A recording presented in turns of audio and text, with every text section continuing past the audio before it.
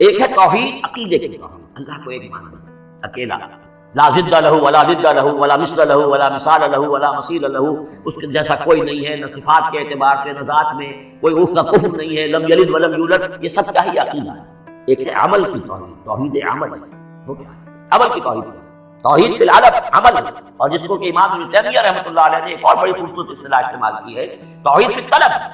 توحید فی العقیدہ، توحید فی الطلب، وہ طلب جو ہم پڑھ چکے ہیں سورہ حج میں، ضعف الطالب والمطلوب، یہ طالب و مطلوب کا جو ریلیشن شپ ہے، ہر انسان کا کوئی نہ کوئی مطلوب ہے، کوئی آئیڈیل ہے، کوئی آدرش ہے، کسی کے لیے وہ جی رہا ہے، کسی مقصد کے لیے۔ ایک انسانوں کی عظیم اکثریت ہے جو حیوانی سطح پر زندگی گزار رہے ہیں، جن کا کوئی مقصد زندگی ہے ہی نہیں، انسٹنکٹس، جیسے کہ حیوانات ہیں، پیٹ میں بھوک لگی ہے وہ کھائے گا، ادھر ادھر مارے گا،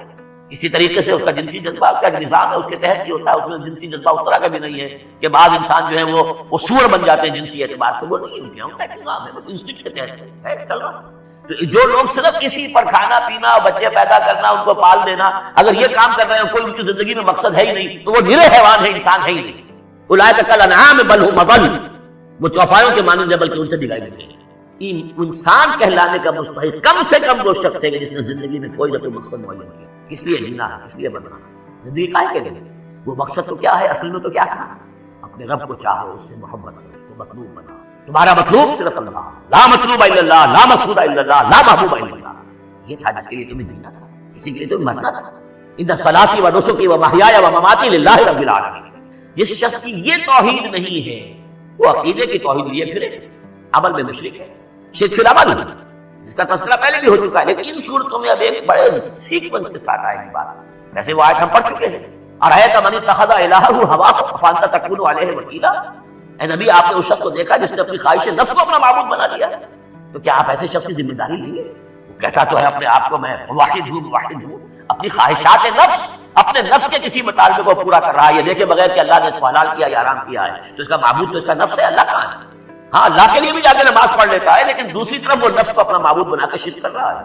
کہتا ہے لا الہ الا اللہ، تعویذ کو وہ اس کے جو ہے باقاعدہ تسبیح کر رہا ہے، ضربے لگا رہا ہے، جبکہ اس کا معبود اس کا نفس ہے۔ اسی طریقے سے حدیث میں آیا کیسا عبد الدینار و عبد الدرہم، ہلاک ہو جائے یا ہلاک ہو گیا درہم و دینار کا بندہ، نام عبد الرحمن ہے، حقیقت میں عبد الدینار ہے، اس لیے کہ دینار کے لیے حلال اور حرام کی ساری اس نے تقسیم ختم کر دی۔ ڈالر آئے، پیٹرو ڈالر آئے، کچھ اور آئے، دولت آئے، چاہے حلال سے آئے، حرام سے آئے، جائز سے آئے، ناجائز سے آئے، تو یہ تو پھر معبود کون ہوا؟ دولت۔ ہندو میں اور آپ میں فرق کیا ہے؟ ہندو نے دولت کی دیوی بھی بنا کر ایک رکھ لی ہے، وہ لکشمی بائی ہے ان کی، اس کو پوجتے ہیں، دنڈوت کرتے ہیں، اس کی کرپا ہو جائے گی تو دولت ہو جائے گی۔ ہم نے کہا ہٹاؤ اس تکلف کو، اس لکشمی بائی کو ہٹاؤ، سیدھے دولت کو پوجو، تو دولت کے پجاری تو ہم ہیں۔ یہ جو توحید ہے، توحید عمل، اس کا جو پہلا نقطہ ہے اللہ کی بندگی کی توحید، توحید فی العبادت، بندگی صرف اللہ کی، یعنی کل کی کل اطاعت اس کی، باقی اطاعت اس کی اطاعت کے تابع۔ باپ کا حکم مانو، ہاں، جو شریعت کے خلاف نہ ہو مانو، ماں کا مانو، استاد کا مانو، حاکم کا مانو، جو حکم اللہ کے حکم کے منافی ہے۔ لا طاعت لمخلوق فی معصیت الخالق، مخلوق میں سے کسی کی اطاعت نہیں ہوگی جس سے کہ خالق کی معصیت لازم آ رہی۔ اگر یہ نہیں ہے اور مخلوق میں سے کسی کی بھی اطاعت آپ نے قبول کر لی ہے جس میں کہ خالق کی معصیت آ رہی ہے، تو یہ شرک ہے، چاہے وہ مخلوق آپ کا اپنا نفس ہو، چاہے وہ کوئی حکام ہو، چاہے وہ کوئی اور ادارہ ہو، کوئی بھی ہو، سب طاغوت۔ تو پہلی یہ سورۃ زمر ہے، اس میں آپ دیکھیں گے کس تکرار کے ساتھ بات آ رہی ہے، اللہ کی بندگی، لیکن اس کے لیے اپنی اطاعت کو خالص کرتے ہوئے۔